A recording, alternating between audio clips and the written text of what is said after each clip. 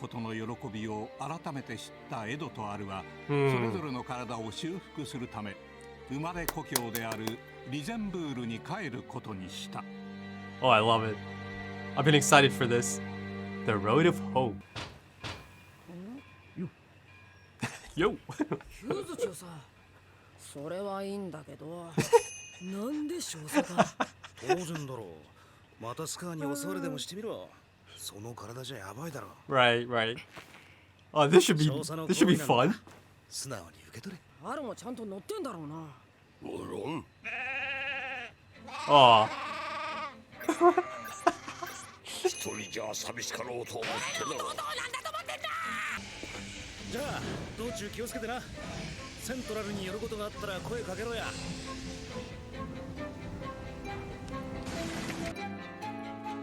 Look at this, man. Beautiful backgrounds.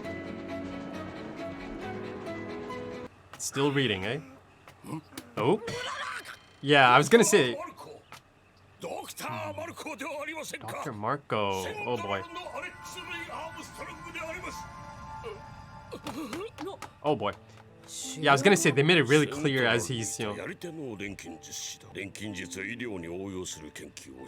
Oh boy. Oh, look at this. こういった御人をご存知ありませんかな。少佐、絵うまいね。アームストロング家に代々伝わる似顔絵術では。A lot of skills have been passed down, huh? マウロ先生だな。マウロ。どんな患者も見捨てないで見てくれるからな。ありがてえよ。Okay. 光ったかと思うと、もう治っちゃうのよ。 Something flashes in front of your eyes. ここだな。こんにちは。Oh! 何しに来た。私を連れ戻しに来たのか。 Shoot first, ask later? 落ち着いてください、ドクター。いや、口封じに来たか。いや、そうではなく、私は騙されんぞ。 Oh, look at that. 落ち着いてくださいと言っておるのです。 You can't make me go back. こんな田舎に隠れ住んでおられたとは。噂では姿を消す際に極秘資料を持ち出されたとか。上からの命令とはいえ、あんなものの研究に手を染めてしまって。あんなもの？イシュバールの内乱では、あれのせいで罪もない多くの人の命が。私のしたことは、この命をもってしても償いきれるものではない。Right, so he's here now. それでも、できる限りのことをと。ここ Pay で for my sins, right? Wow. 賢者の石だ。Oh. 私が持ち出したのは、その研究資料と石そのものだ。石があるのか、ここに。石ってそれ液体 It's じゃ gonna do something. Transmutation? Ah. 第五実体。 The fifth element. 賢者の石にいくつもの呼び名があるように、その形状は石であるとは限らないようだ。だがこれは不完全品だ。いつ限界が来て使用不能になるかわからん。リオールのエセ教師もそうだ。不完全品とはいえ、奴の能力は確実に底上げされていた。Ah, okay, okay. マルコさん、俺にその研究資料を見せてくれ。少佐、この子は一体。彼は国家錬金術師です。あの内乱の後、人間兵器であることに耐えられず、資格を返上した術師が何人いたことか。それでも目的を果たすまでは、針のむしろだろうが座り続けなきゃいけないんだ。 Wow. 驚いたよ。特定人物の魂の錬成を成し遂げるとは。君なら完全な賢者の石を作り出すことができるかもしれん。資料を見せることはできん。そんな。あんなもの求めてはならん。体を取り戻すためでもか。ダメだ。あれは悪魔の研究だ。知れば地獄を見ることになる。地獄ならとうに見た。 Man, this man has seen some shit. ああ、喉から手が出るくらい欲しかったよ。でもこの町の人たちの大切な支えを奪ってまで元の体に戻りたくはないよ。賢者の石が作れるんだって分かっただけでも収穫だ。また別の方法を探すさ。 I like that. I really like that approach. マルコーさんのことをセントラルに報告しなくて No, he's not gonna do that. 我が輩が今日会ったのはパウロというただの町医者だ。君 Change of heart? 資料が隠してある場所だ。 Ah, you have to go find 真 it. 実を知っても後悔しないというならこれを見なさい。君ならば真実の奥のさらなる真実。 Oh. 国立中央図書館第一文化。 Okay. なるほど。木を隠すには森か。あそこの蔵書量は半端ではないからな。 Oh, I like the sound of that. Oh no. Oh no. 探したわよ、マルコ。 Oh my goodness.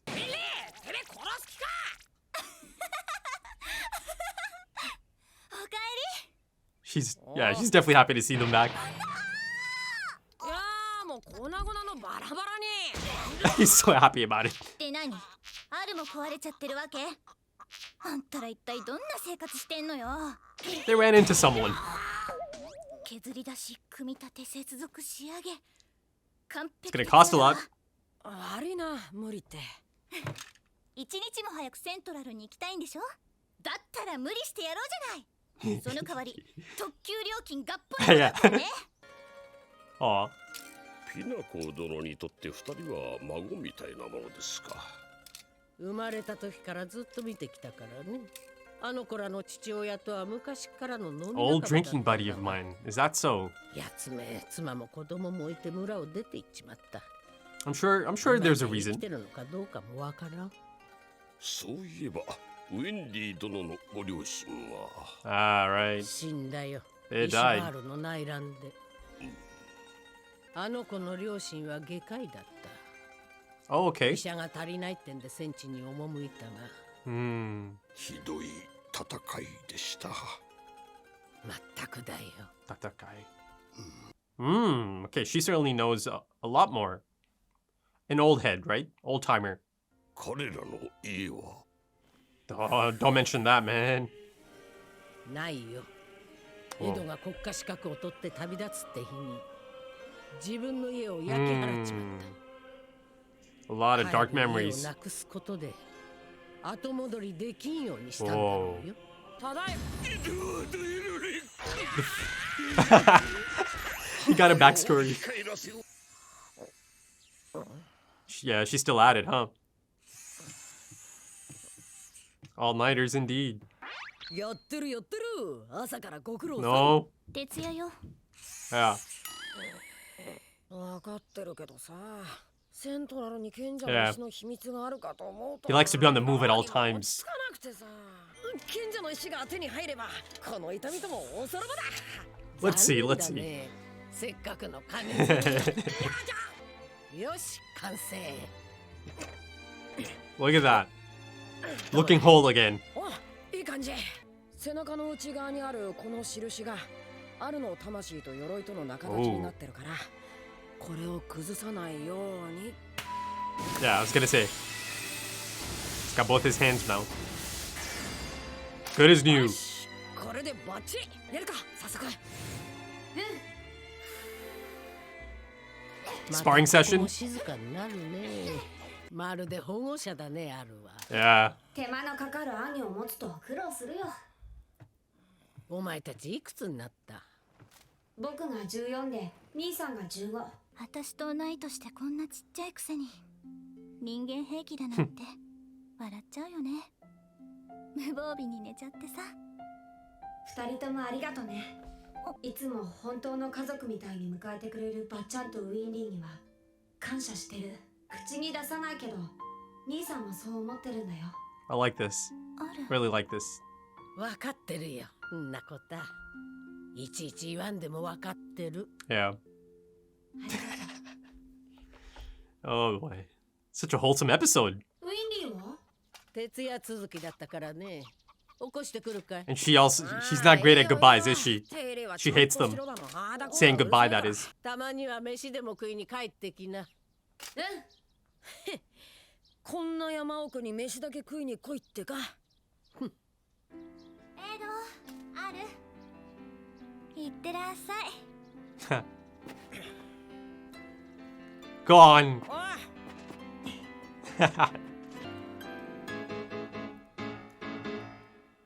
Okay, folks, that was such a wholesome episode, right?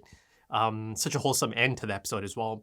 Now, of course, the first half wasn't as wholesome. Again, there's the ever-present tragedy and the darkness of this Ishvalan civil war, right?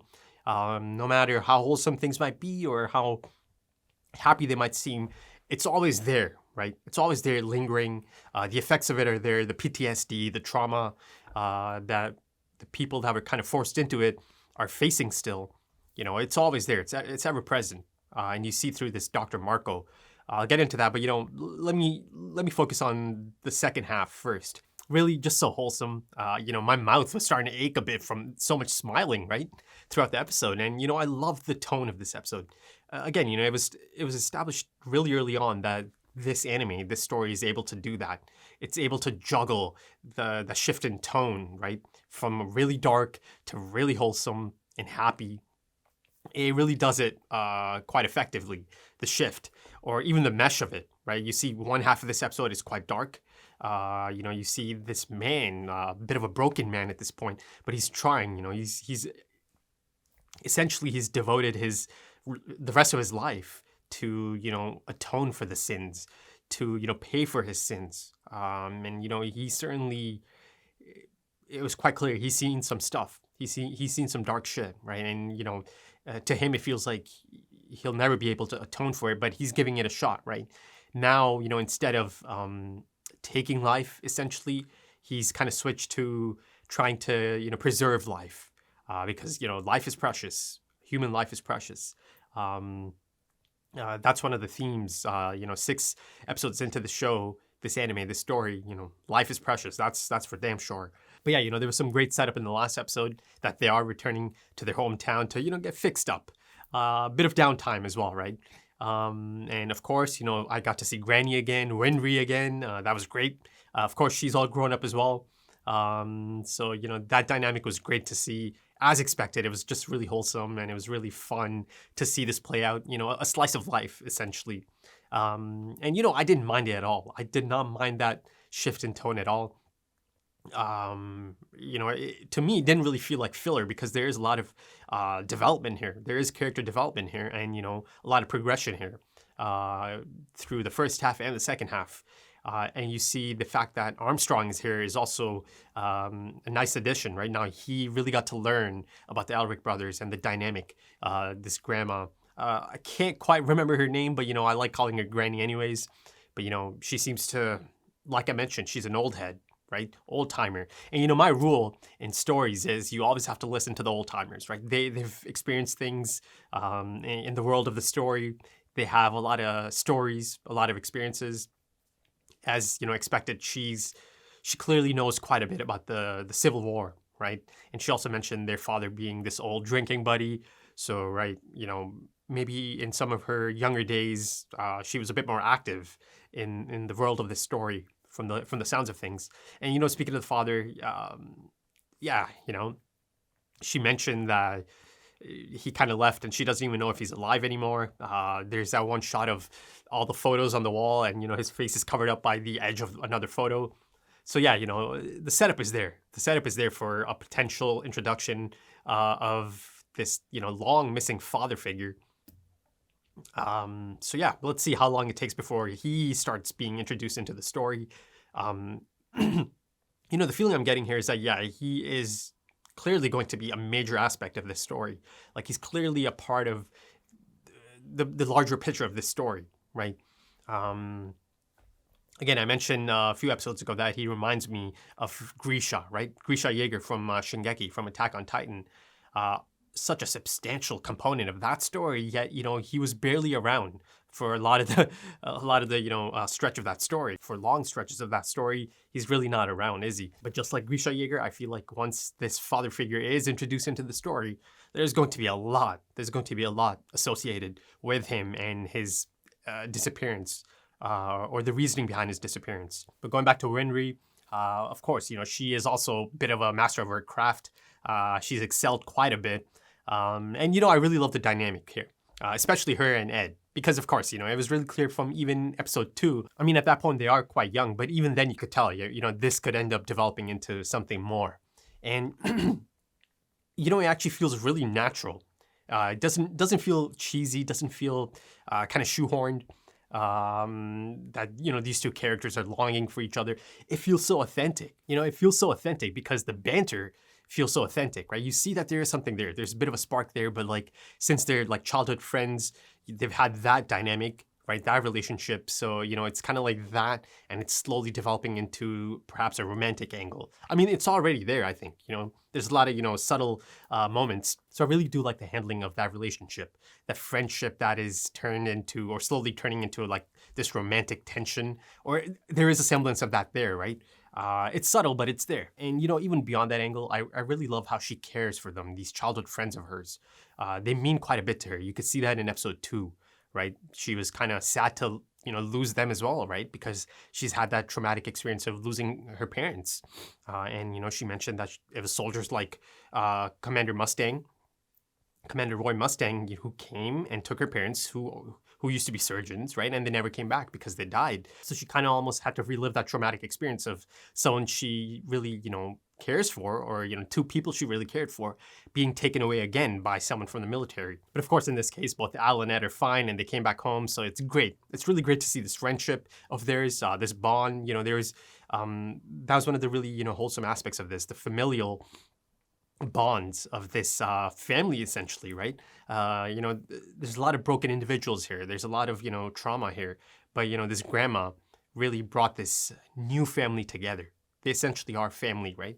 And you see how thankful Al is for their support, for their love, right? For the care. And of course, you know, Ed's personality doesn't allow for him to be that open, right? But it's clear that he's also thankful, as Al mentioned. You know, yeah, you know, brother might not mention it, but he's really thankful. And, you know, she said, you're kind of like Ed's guardian at this point. Yeah, she's not wrong, you know. I mean, you could even argue that he is kind of like the older brother here, you know. Al, that is. Again, different personalities. But yeah, he really does feel like a guardian figure, doesn't he? And there's a great scene, right? Near the conclusion as Ed is passed out on the sofa or on the couch, and all three are kind of looking on, right, at how defenseless and innocent he looks, right? And again, that plays into the first half of the episode as well, as Dr. Marco, right? He knows about the dark past and, you know, how state alchemists are dropping their certifications because of the connotation, the negative connotation, and the dark things they had to go through, right? And again, you know, that dark tag of being a human weapon. But then, you know, on the flip side, he's seeing this young adult who is a state alchemist. But, you know, going back to the slice of life and the wholesome aspect of this reunion back in hometown, you know, this kind of anime allows for that, doesn't it? You know, it's a long anime. And, you know, sometimes you need to see these characters just be themselves in their element, right? Yes, there's progression in this episode. There is development in this episode. There's actually quite a bit in the first half, you know. There's a lot of setup for the roadmap and the roadmap for the Elric brothers, essentially. But, you know, also it was great to see them just be themselves, right? And, you know, I mentioned One Piece a lot, and you know, one of the complaints people have about One Piece is the filler. But, you know, growing up, I actually loved that so much. Even if it was filler, you know, I loved seeing these characters just be themselves in their element. And I felt like that element really added to the grand nature of it all, right? Getting to know them over the years, right? Being themselves. Again, not every anime or not every story can allow that, you know, given how grand One Piece is in its scope, right? And longevity.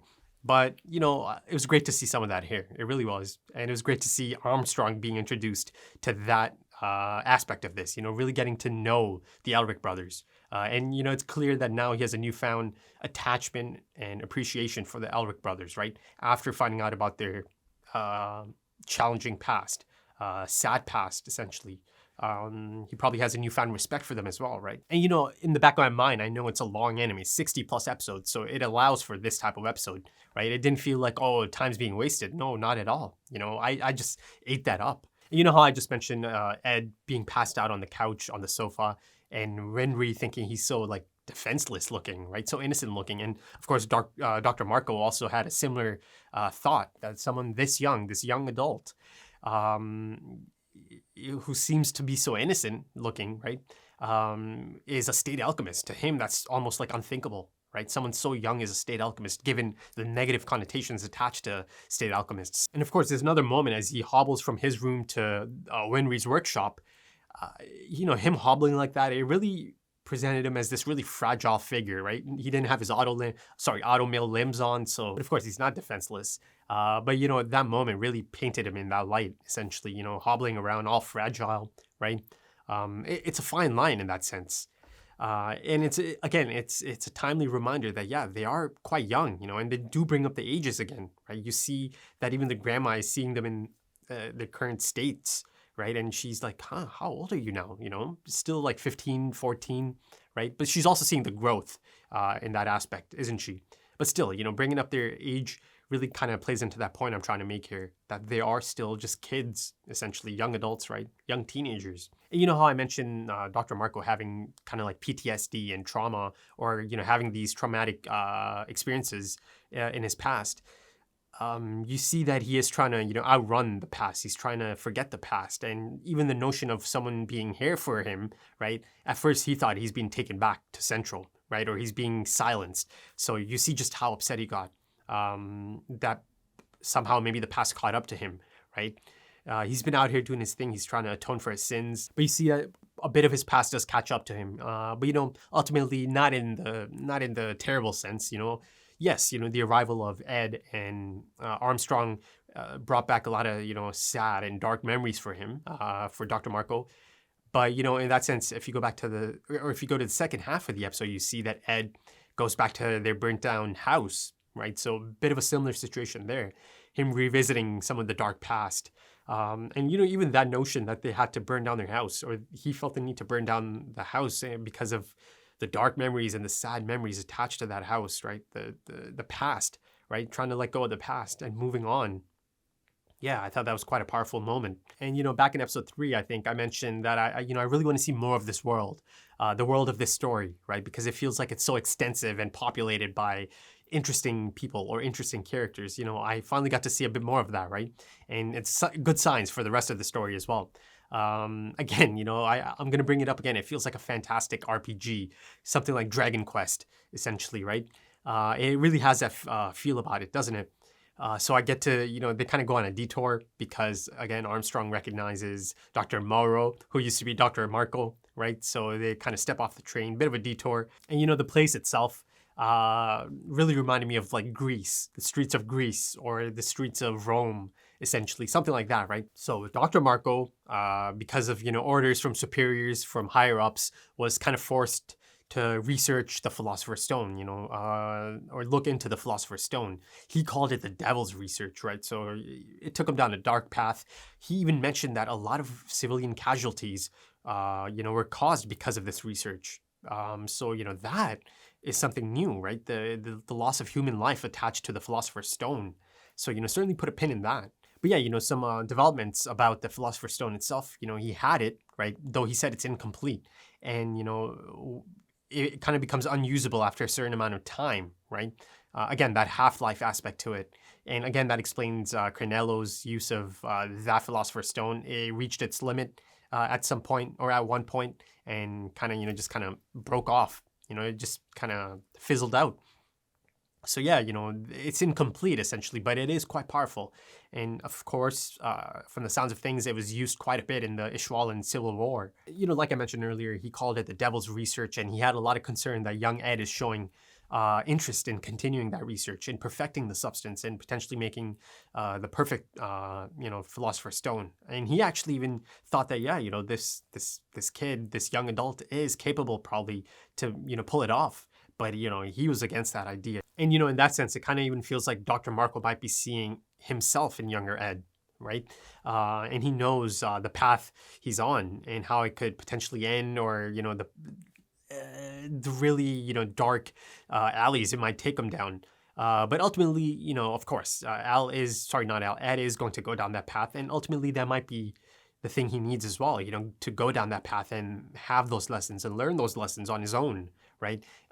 As, he develops, as that character develops as well, right? It's going to play a part in his development by the end of this series, that journey. So, ultimately, perhaps he even respected his resolve. Maybe that caused the change of heart.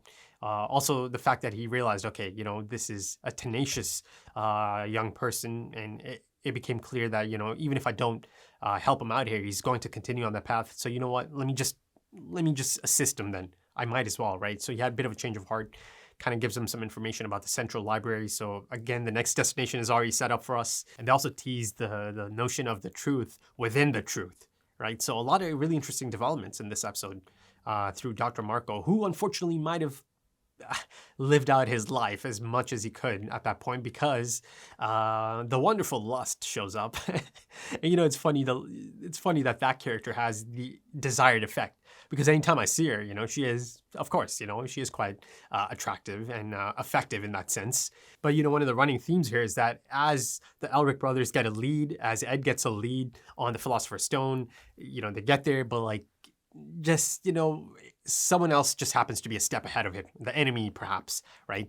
Whoever the enemy is, essentially, in the grand scheme of things, be it Lust or some of these some of the 7 deadly sins, but they're usually always a step behind. But yeah, Dr. Marco came around and told him, if you think you won't regret this, or you won't regret learning the truth, then there's a possibility that you might even learn the truth beyond the truth, right? So again, great setup, or the truth within the truth, or the truth beyond the truth. So yeah, a lot of great setup there. And one of the really noticeable things here was, the eyes. You see Ed's eyes, and then you see Dr. Marco's eyes. Quite a sharp contrast there, wasn't it? And lastly, I thought it was great to see Al and Ed's sense of honor on display, their strong ethical backbone on display. Even though this is a thing they've been chasing down, and information they've been chasing down, they thought ultimately that no, they can't take the only support system these people have, this doctor, and the Philosopher's Stone he has, right? Even if it is incomplete, right? So I love that aspect of it. I really did, and Ed was happy enough just to get information, right? Just to keep things moving. So I love that aspect. But yeah, I think that's about it for this episode. Really a wonderful episode. I thoroughly enjoyed that, really did. And I hope to see Rindri again soon. It might not be for some time, right? Let's see if her part of the story is attached just to the hometown aspect of this. Hopefully, she kind of comes out at a certain point of the story. She kind of comes out. Maybe she joins them every now and then, or again, there has to be a need for that to happen, right? But essentially, I would love to see her kind of join one of the adventures, right? Beyond just her being there anytime they return to their hometown. But yeah, great episode. If you enjoyed that, consider dropping a like, consider dropping some comments, give me your thoughts. If you're interested in early access or full length for this episode, consider checking out the Patreon page. The link is in the description and the pinned comment. Also check out the link for Twitter. I'm usually quite active there, so consider checking out the Twitter page and following the Twitter page. But yeah, thank you for joining me, and thank you for your time, and I hope to see you again soon for the next one. Until then, take it easy.